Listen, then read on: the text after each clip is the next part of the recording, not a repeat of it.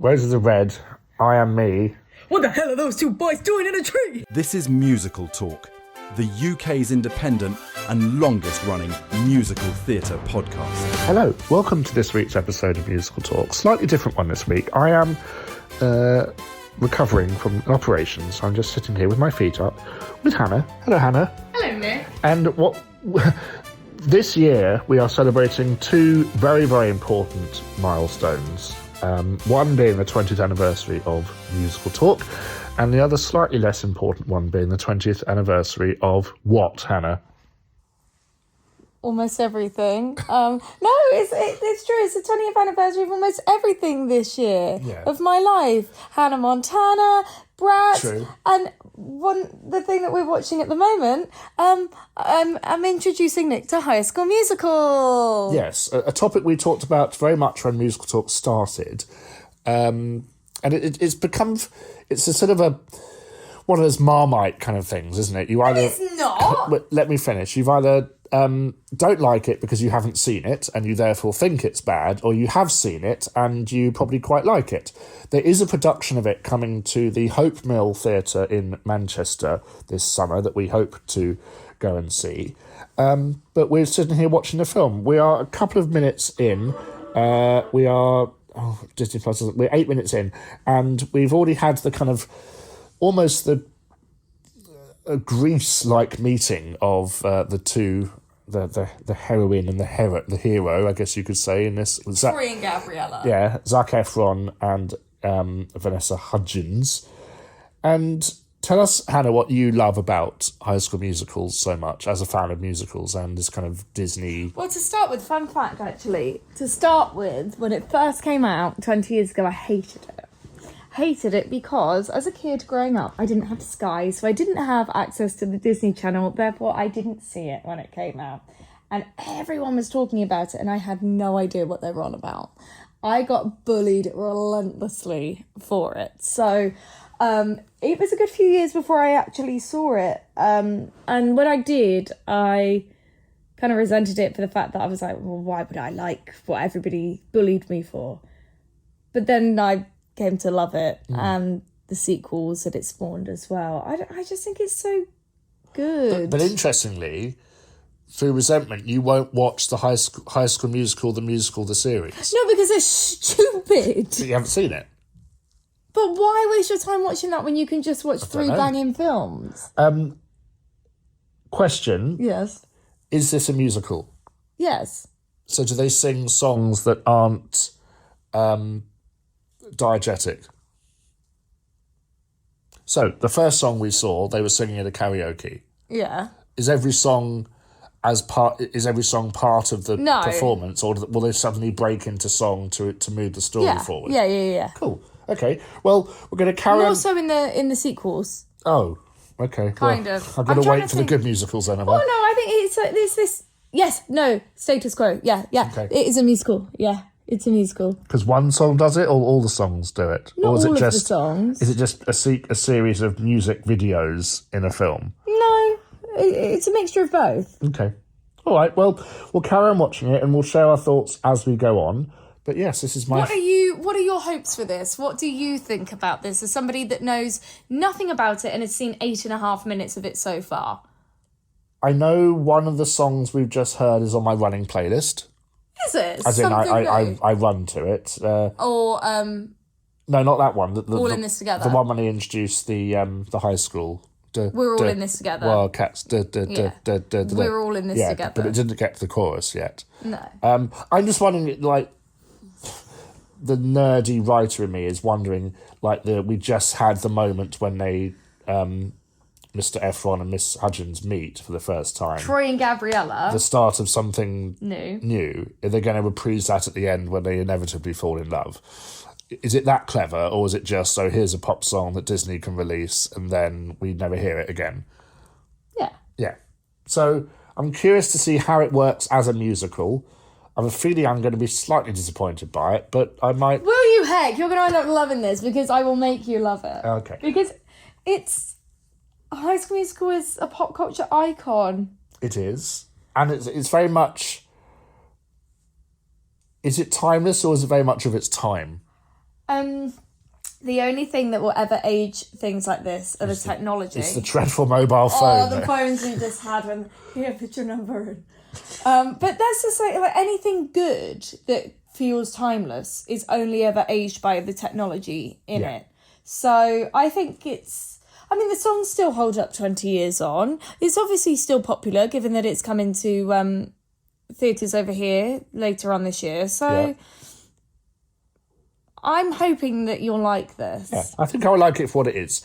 And I think if I lower... Bear in mind, this is a Disney Channel original movie. If I temper my expectations... It's a Disney Channel original movie from 20 years ago. I said that, and my God, it looks like a made-for-TV movie at the beginning. Yeah. Because it looks like every Hallmark Christmas film ever made. But I'm wondering, when the second and certainly the third one came along, when they were more popular, the production value increased and the budget increased, and did it get better, or did it kind of did what it had to do with a bigger budget? To do with a bigger budget, I think, which I like, because then it didn't lose its cheap charm, if that makes sense. Yeah. I do want to mention though. You mentioned Hannah Montana earlier. This kind of style that is now becoming 20 years on. Is Hannah Montana the movie, which we did watch, was that before or after High School Musical? I guess it was after, because if Hannah Montana started 20 years ago, the film came along a couple of years after that, didn't it? Yeah, so this was before Hannah Montana, the movie. And did this influence the Hannah Montana film? Was it the same director? Same choreographer, perhaps? Same choreographer. Yeah. So it is this kind of this world that's not a universe, but this kind of style of film that's being... They had people on the payroll. Yeah. And yeah, looking forward to seeing it. We're going to carry on, and I'll let you know my thoughts as we go further into High School Musical. Yeah, watching it so far, I just noticed it's exactly the same plot setup as Grease, which you haven't seen, have you? No. That's a film I must show you. No.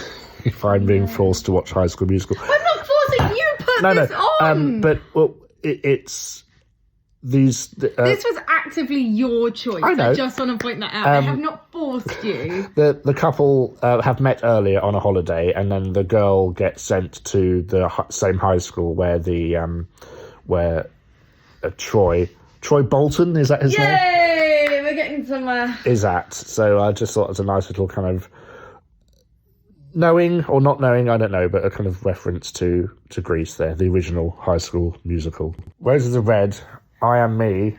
What the hell are those two boys doing in a tree? Yeah, we just hit a meme moment. And I've made a couple of thoughts. We had the kind of very famous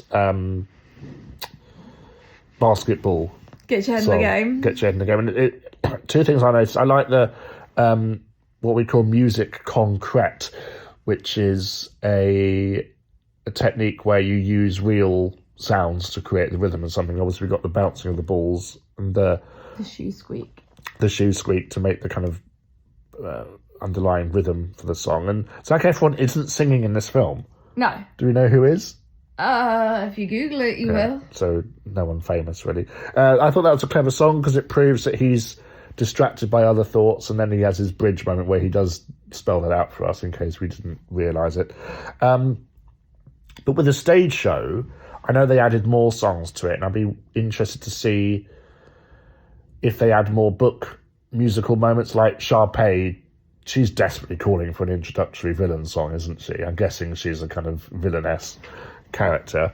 Again, another link to Grease. She's pink.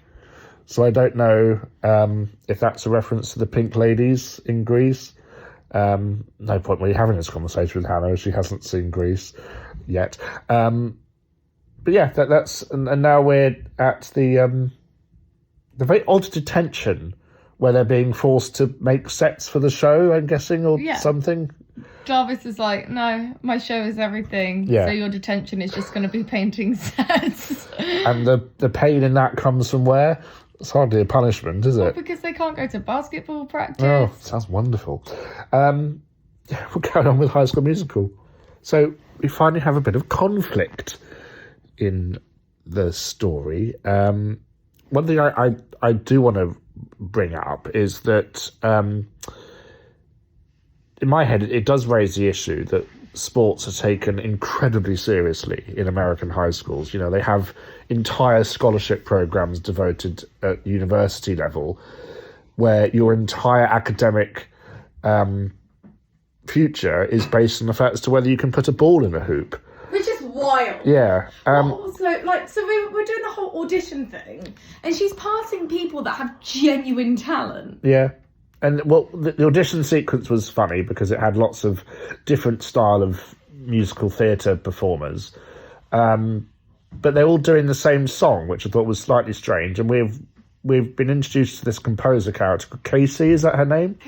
Kelsey. And she's written this song that's quite sweet. And Sharpay and Ryan come along and do a, dare I say, a more interesting arrangement of it. And they say, well, if we don't, we can make the composer, we've done more shows than you, dear composer, so you'll do our arrangement, or, you know. Like it or lump it. Yeah. So now Troy and Gabriella are comforting Kelsey and singing her arrangement. So it's very sweet. But it's nice we've got this kind of tug of war going on, really, with as to who's going to play this romantic lead in this musical. Just my Winter musical. Yes. Oh God, the woman teacher. What's she called? Miss Darby. Miss Jarvis. Darbis. Well, keeps referring it to as a musicale, which is nearly as bad as referring to piano as a piano. Yeah, so we'll carry on and let you know our thoughts as we resume. So we just had the wonderful number that Hannah mentioned earlier, Stick to the Status Quo. The most musical theatre number in the thing, would you say? So far. Yeah. And it kind of, it surprised me because it starts off with Sharpay being asked to explain what the rules are, and then she doesn't sing until like the last minute of the song. This is not what I want. But I liked how it kind of does the thing of it kind of twists the concept of a musical theatre song, which would be reveal what you are inside, whereas this song is saying actually don't bother. And the people that do, it's like, Yeah, like I bake and stuff, and I play the cello. I love that one. It's like the worst thing that can happen. I want to make a creme brulee. Yeah. No! And I play the cello, and it sounds like a guitar in the song. Oh, don't. The cello that sounds like the electric guitar is beautiful. It always gets me. But I will say the choreography in this is spectacular. it's stunning, isn't it? Kenny Ortega does such a great job. Yeah. I mean, the fact that he also did work with Miley Cyrus on the Best of Both Worlds tour as well. He just had an absolute standout career. Yeah. Brilliant. So he choreographed this as well. Did he direct this too? Okay. And did he do all the films? Yeah. Lovely. So it's kind of his baby, really. Yeah. Yeah, I really enjoyed that number. I thought it was... it doesn't really... Does it do much for the plot? Only that it's like, oh, well, if Troy can come out and say that he wants to do this, then he's given me the courage to say that I want to do this. So... Yeah. But it is interesting how it, as you said earlier, it does kind of touch on the whole... when you are into musicals, it is embarrassing to admit it at a high school because you don't really think anyone else is into them. And I guess the same goes for if you have a passion for sports. But what you don't want to admit that because you might be seen as being someone that you're not. What I love as well, and it's picked up on more in the second film, in the number I Don't Dance, but it's the way that Chad's like, oh no, Troy can't do a musical, Troy can't sing, he can't dance. And then in the middle of this song, Chad's there singing and dancing to Zeke like, no, don't bake a creme brulee. So come the second film, they haven't learned anything from the first one. Not at all. Anyway, we'll carry on. But Anyway, Chad, you ended up in The Great Gatsby, so where did that yes, get we'll, you? we'll mention that because Corbin Bleu. I can't want to call him cordon bleu, but that's not. That's a Swiss food dish. Corbin Bleu. The icon. We saw in The Great Gatsby this time last year, practically. So good. And you were very surprised that he was in it, weren't you? I was so happy. So happy. And he was so good. He's lost his afro. He's so good. Yeah. And we'll carry on with this, but I'm enjoying it very much. So I think we just had a missed opportunity here. We had an interesting sequence where Troy and Gabriella, I guess, are rehearsing for this musical with the composer in secret, aren't they? Mm-hmm. And this isn't a musical. I think it will be when it's on stage, and it'll be interesting to see. But dare I say, a real musical would have a song that the composer was working on, reflecting what was happening with kind of sneaking around. That's what... Yeah, but they're doing Breaking Free. And Breaking Free is about them quite literally breaking free from... But you don't know that. They're fucking singing it! Well, we haven't heard Breaking Free yet. But it's called Breaking Free. Yeah, but the music was... Underneath it was... Yeah. Is that Breaking Free? We couldn't hear any words of what they were singing. Yeah, you could. Very, very muted. I think it could have been done as a full-on song to do something a lot cleverer. But then I think, well, that's not what this is trying to do. No. This is just about a musical being done in a high school, isn't it? Yeah. So I'm kind of in two minds about it. But you haven't actually watched all of it yet. No, of course not. But I'm just offering my thoughts as we go on. But I just thought that could have been done a bit more interestingly, but we'll see what happens. High School Musical is over. I'm guessing High School Musical 2 is where they put on the musical, because we never actually see that, do we? We just see them get to the audition No. phase. No. No? No. They missed a trick there. You said you haven't seen it for ages. What was it like for you watching it again? Yeah, it was good. Obviously remembered all the songs, but there were plot bits that I forgot, like how Taylor did like the whole, I'm going to hack on here and I'm going to do the scoreboard and everything so we can make everything tie up so that you can make your callback. I do find it annoying how they just though. use kind of, let's just do something that would never happen in real life. But I love it. I know. And also the weird decathlon plot line that sort of comes out of nowhere. It's been going the whole way through. I thought a decathlon was a race. But yeah, because they're racing to get to the end of the sum first. I didn't know it was a maths puzzle.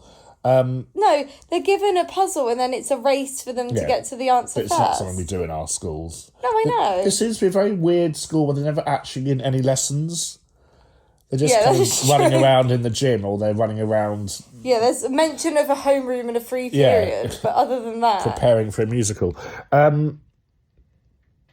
Yeah. It's interesting that you have this drama... Winter musical. Yeah, you have this drama teacher, Miss Darbis, and she seems, for someone who loves the theatre so much, she's very dismissive of the students, isn't she? Like, not letting them... Yeah. If they're a minute late for the... Oh, I've called you twice. Yeah, that's not really supportive teaching, is it? Yeah, but fair play to Sharpay and Ryan for being annoyed, though, because they actually put in the hard effort and then they come in as the understudies. Yeah. And as we said earlier, it does raise the issue about drama in schools and how it should be taken as seriously as sports and No, maths. it should be. I want to talk about Kenny Ortega, because he directed the film and choreographed it with two other choreographers. That's hard for me to say. Choreographers. That's the word. He recently celebrated his birthday, so happy birthday to Kenny. Do you know what else he also directed? Go on. Hocus Pocus. Yes. Newsies, the flop film in the 90s, and Dirty Dancing. I've not seen Dirty Dancing. And he also worked with, as we know, Miley, Madonna, Olivia Newton-John, which is interesting because we'll talk about this in a second, the comparisons with Grease, Michael Jackson and Cher. Now, High School Musical is what Grease 3 was going to be. There we go.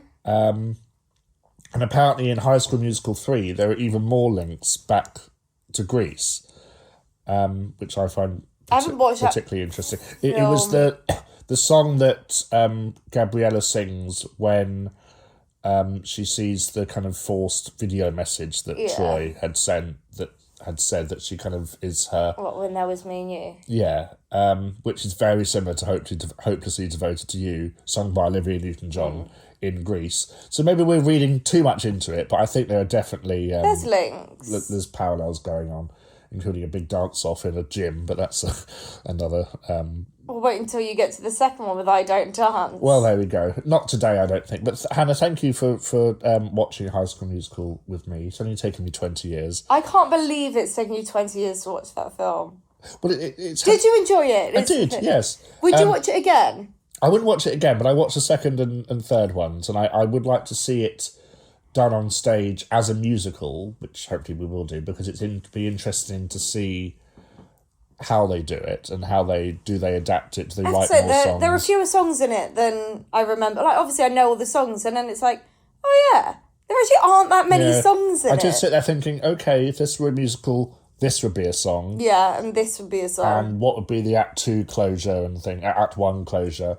But you can tell it was made for TV, because not only is it, as we said, the kind of cheapish production values, but there are pauses for adverts. Yeah. Which, even though we're paying for not paying, we've got the Disney Plus level with adverts, there weren't any adverts in it. No, because it was when it was on the Disney Channel where they would have had ad breaks. So what happened to other members of the cast? Obviously, we've got Zac Efron is very famous. Vanessa Hudgens, is she still performing? Ashley Tisdale is a name I do know, but what's she up to now? Is she musical theatre or...? Being a mum and absolutely crushing it. Cool. She's now a content creator as well for like motherhood and parenting and things. Obviously, Corbin Blue we saw in Great Gatsby, so he's still treading the boards. Ashley Tisdale's brother, whose name I can't remember, looks like Bruno Ryan. Mars. Yeah, Ryan. Nothing, and yeah, so, and are they all in the next film as well, or do they introduce... Yeah, this is the picture for the next film. Okay, so they all carry on to but not the series. No, this is the thing with the series. The series was a completely different cast. Like for Grease 3, they wanted it to be that Troy and Gabriella were like the sons of Danny, the son and daughter of Danny and Sandy, and weird stuff like that. So I'm glad they push that to one side, split away from that. But it was lovely, and it kind of... My dad always said to me, "Oh, you should like sports more because it's just like theatre," and there is a line in there. There are parallels. Yeah, and it's nice. It's kind of married the worlds together, and I wonder if it helped kind of theatre nerds at school to become more popular. You know, when this film was popular, because it's. The choreography in it is the standout for me. No, it's stunning. Absolutely stunning. And thank you very much for watching it. No, thank you for putting it on. And thank you for listening. It's all right. Thank you for listening as well, if indeed you still are. And we'll speak to you soon. Thank you. This episode of Musical Talk, copyright 2026, apart from the songs where the copyright persists with the original creators. For more information on Musical Talk, please visit our website at musicaltalk.co.uk or follow us on X, Instagram and YouTube.